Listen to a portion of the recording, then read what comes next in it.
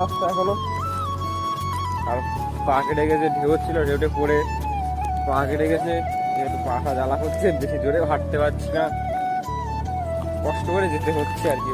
আর কি করবো,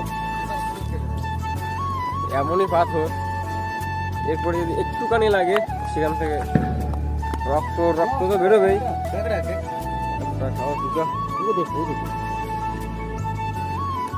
টাকাটা রয়েছে কিন্তু ধরা সম্ভব নয়, ধরতে গেলে এখন যাতে ভিজে।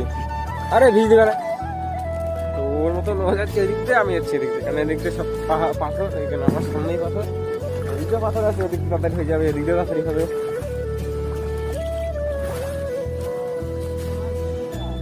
তো আজ দেখছে আমি চলে যাচ্ছি, তুই থাক,